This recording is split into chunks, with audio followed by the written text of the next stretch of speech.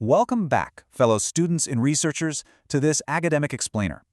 Today, we're going to meticulously decode the ancient secrets of career and wealth found in Chapter 24 of Maharishi Parashar's Horashastra.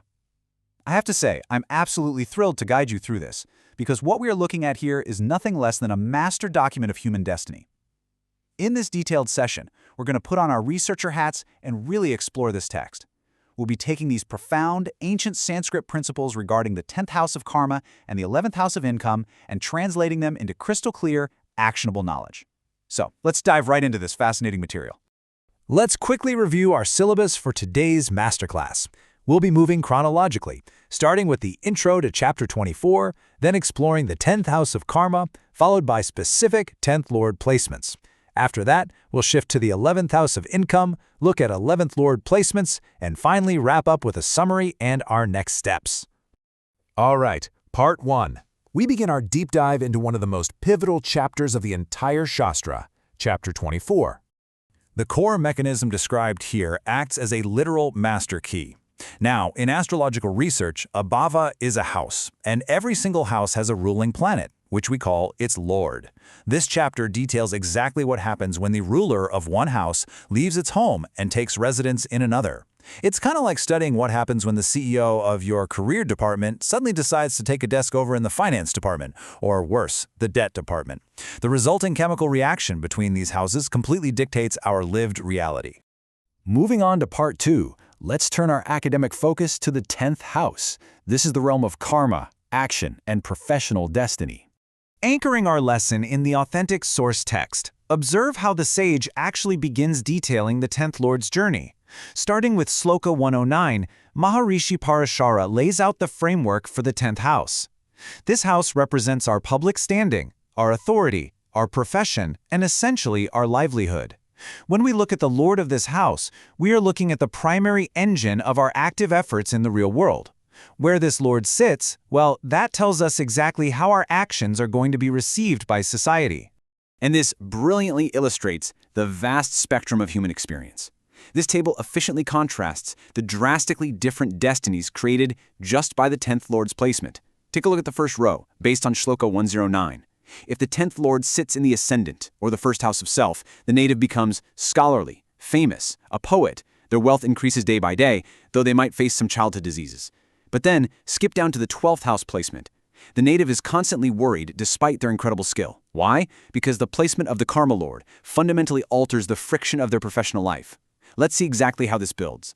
Okay, Part 3. Let's move in closer and meticulously examine the profound duality between a highly beneficial placement and a highly challenging one for the 10th Lord. Notice how effortlessly action translates into reward here. Sloka 119 gives us the simple English meaning. When the Lord of Karma, your 10th Lord, sits in the 11th house of gains, it brings both material wealth and moral virtue. Think about this logically as a researcher. The 10th is your career effort. The 11th is your profit. When the ruler of your effort physically sits in the house of profit, the circuit is completed seamlessly. The individual is literally described as truthful, continually delighted, and endowed with wealth. Conversely, look at the very next verse in our source document, Sloka 120. This verse provides a stark, crucial warning about the 10th Lord falling into the 12th house. Remember, the 12th house in astrological calculation is the house of expenditure, loss, and hidden enemies. So, the crucial point here is how we interpret this for the modern day.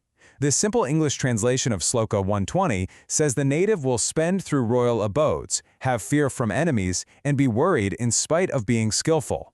In a modern context, as our research notes perfectly point out, this ancient worrying about royal abodes directly translates to heavy taxation, fines, or bureaucratic financial drains. You could be the absolute most skilled professional in your field, which the sloka fully acknowledges, but if your 10th Lord sits in the 12th house, your karma is just uniquely tied to financial friction with governmental or regulatory bodies.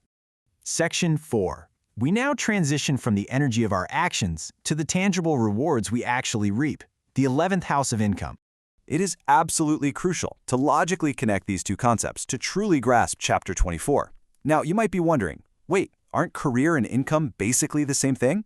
Astrologically, no, not at all. The 10th house is the sweat we pour into our work. It's our title, our authority, our daily grind. The 11th house, on the other hand, represents the harvest we are actually allowed to gather.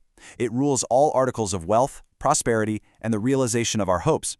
You can easily have a very strong 10th house, but a weak 11th, meaning you work incredibly hard, but the financial influx simply doesn't match the effort you put in.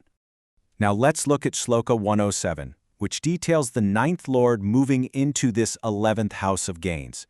Generally speaking, this is a spectacular alignment.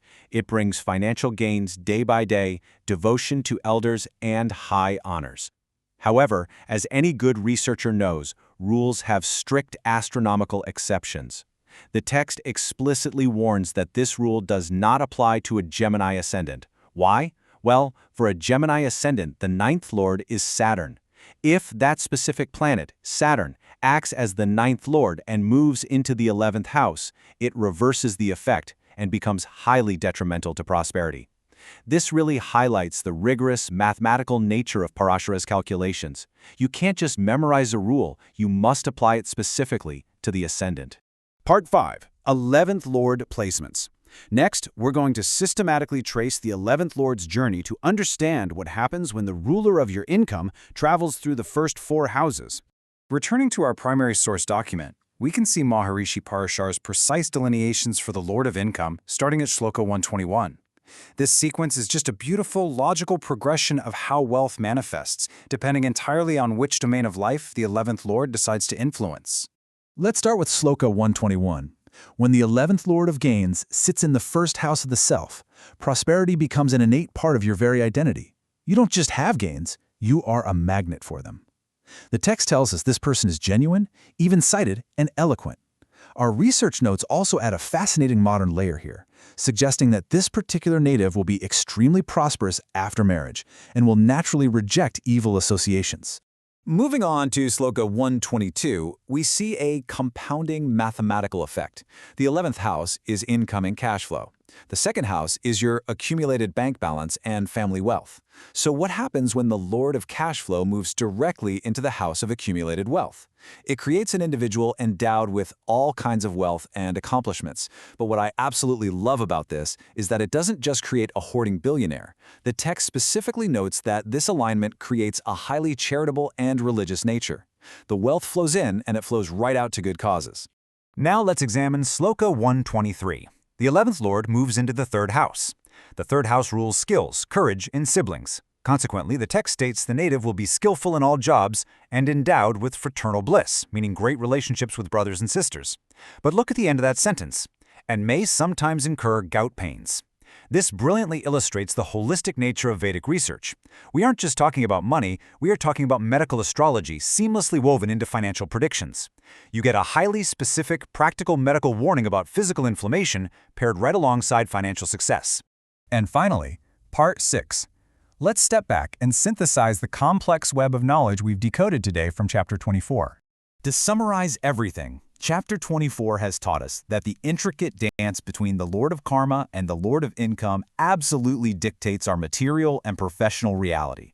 The 10th Lord determines the friction or ease of our actions, whether we achieve fame or lose our earnings to government fines. The 11th Lord reveals how our wealth accumulates and actually shapes our personality, whether it makes us eloquent poets or charitable leaders. And most importantly, we've learned that these astrological rules demand rigorous academic application. You must always factor in exceptions, like that Gemini ascendant rule for Saturn we talked about. But understanding your wealth, your career, and your taxes, that's really only part of the cosmic equation. As we look ahead in the Shastra, we find that all this material success is ultimately bounded by time. This leads us to the upcoming chapters introducing the incredibly complex mathematical longevity calculations known as Pindayu, found in Chapter 43. Here, the planets contribute exact mathematical years to your life based on their exaltation, debilitation, and planetary rays. I want to leave you with this final, provocative thought. We have beautifully decoded the secrets to immense wealth and career success today. But what good is a flawless 11th house of income if the strict Pindayu calculations reveal a shockingly different timeline for your ultimate destiny? How exactly does time limit our karma? Well, that is the profound mystery we are going to decode in our next explainer. Until then, keep studying, keep researching, and thank you so much for